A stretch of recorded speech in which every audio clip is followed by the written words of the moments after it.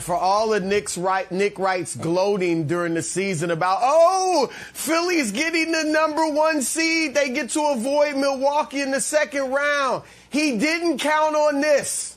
All right, meeting the Miami Heat in that second round. I'm not saying Miami will definitely beat Philadelphia, but I am saying that the Sixers would probably be better off facing Milwaukee than facing Miami in the second round. Milwaukee's insane. A bit similar. No, Milwaukee's a bit similar to the Sixers. They're a really good team, but they're a tad bit finesse and they're a tad bit fragile mentally. That's right. All right, and that's where the Sixers are too. When they face Miami, they are going to have their hands full, and for two reasons. 2 words I'll give you.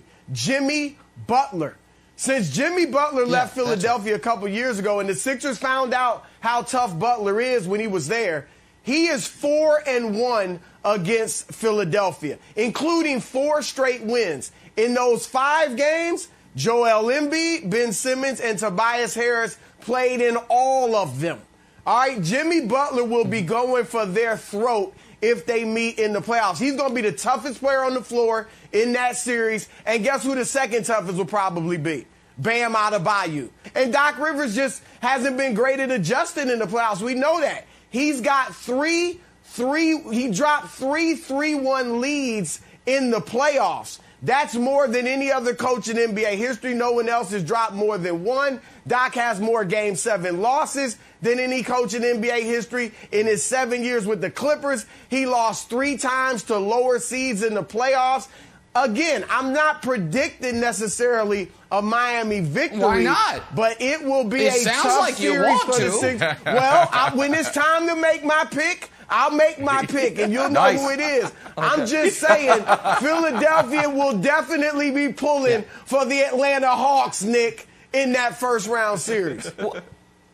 All right, so a few things should be noted. Miami can very easily end up the 6th seed. They could be the 4, they could be the 5, they could be the 6. If they end up the 6th seed, then they're on the other side of the bracket as Philly. I'm not hoping. I'm actually not hoping. I don't have a rooting interest in where the Heat land in the standings. The point I'm making is that they could, in the first round, play Brooklyn or Milwaukee and be on that side of the bracket because the standings are so congested. But I am glad that folks are finally acknowledging how good Jimmy Butler and the Miami Heat are, because, it just felt to me like when the Lakers were dispatching of them in the finals, we were like, it's a fluky year, it's the bubble, Jimmy Butler, they're the 5 seed, and now it's like, oh, no, this is a great team. This is Spoelstra, Butler, Bam, and Tyler Hero coming off the bench. No, of course, people should be worried about the Heat, no matter where they end up in the bracket. Here's the thing, America. Every second round series in the NBA playoffs is hard. Some are harder than others. I do think Milwaukee, I think that if you're Brooklyn, you'd rather be playing the Heat than the Bucks in round 2. But either way, if Miami stays in the 4-5, it would be tough. It would be hard. There aren't going to be bad teams that are alive when the NBA playoffs are down to 8 teams. And I think the point that Jimmy Butler has proven time and again that he is a winning player, that even if some of the numbers that are declaring Nikola Jokic one of the 10 greatest players ever don't have Jimmy as one of the 30 best players in the league, the fact of the matter is he's a winning player. And we saw it in the playoffs last year. We saw it in the playoffs, the year he was on Philly, and they almost beat Kawhi and the Raptors. We saw it then. So, yes, the Heat are a potential problem no matter where they land in the bracket for any team. I don't think they're a specific problem for Philly, though, more so than they would be for Brooklyn or Milwaukee, Brandon. Yeah, that's right. I mean, you guys hit it on the head with everything. The number one thing for me is toughness. You look at UD. UD doesn't play all year. He goes in for a few minutes, and he gets ejected because he's in Dwight Howard's face. Dwight Howard didn't want any of that. And Jimmy Butler is willing to go there every single night. That's the mentality that Jimmy Butler has brought to this organization since D-Wade has left.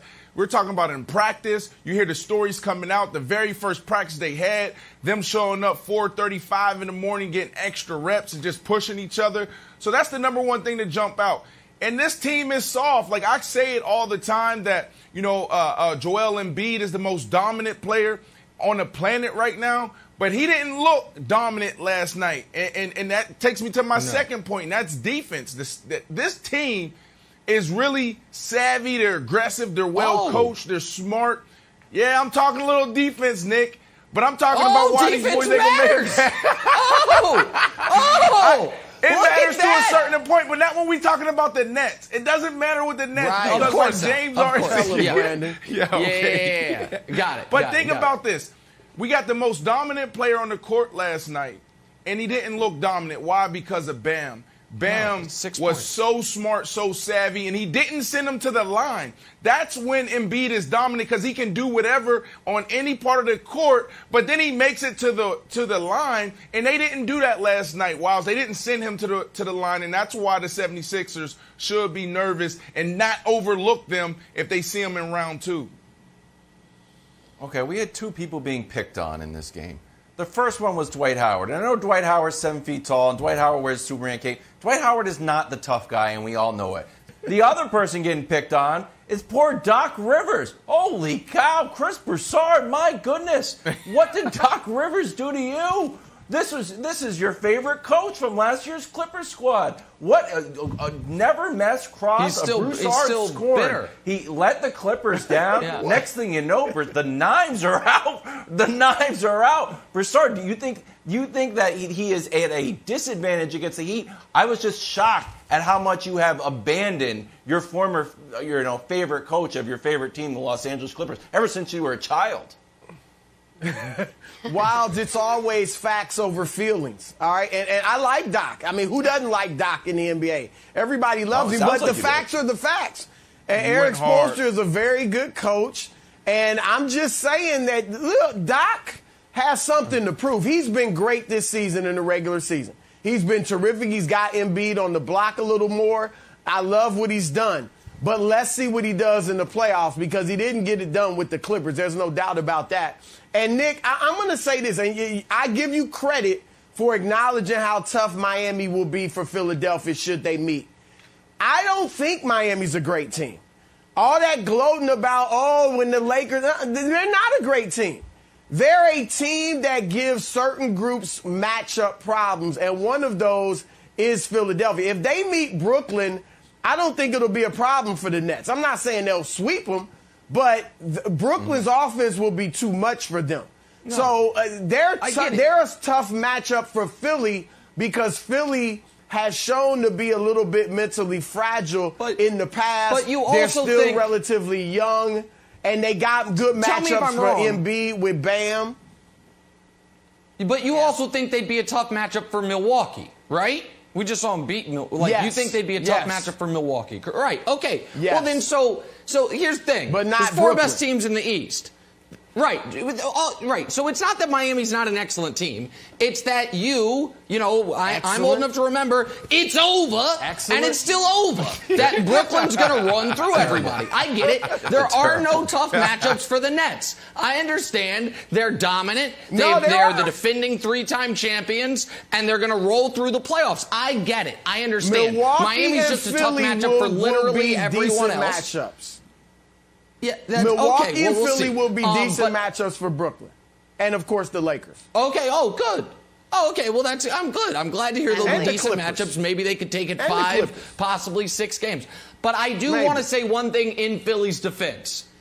Philly essentially locked up the 1 seed a few days ago. And since then, they've been in something of autopilot. Now, had my buddy Daryl hit me up before the game, I would have said, hey, man, just rest your guys. Don't play them tonight. You've got 2 against Orlando. You only need to win 1 of those to officially have the 1 seed locked. Don't give Miami added momentum or confidence that, hey, we've got these guys' number. Because going into the game, I believe there was only 1 game all year Joel Embiid didn't score double digits. It was against Miami. Now, there's 2 games all year he doesn't score double digits. They're both against Miami. Both against Miami. And so I would have, if you're not going to be fully locked in, and the fact that Embiid was playing out on the perimeter, never got to the foul line, tells me they weren't fully locked in, should have just rested your guys, because you're going to beat Orlando and you're going to lock up the 1 seed. But I do think that Miami right now is playing for a lot. Philly is essentially in the NBA version of a Week 17 rest your guys without resting them because their seed's locked up. I think that played at least a small factor into what we saw last night, Jenna. Thanks for watching. Subscribe here to get the latest from the show. Also, be sure to check out more of the best clips from First Things First, or go watch a few segments from our other shows on FS1.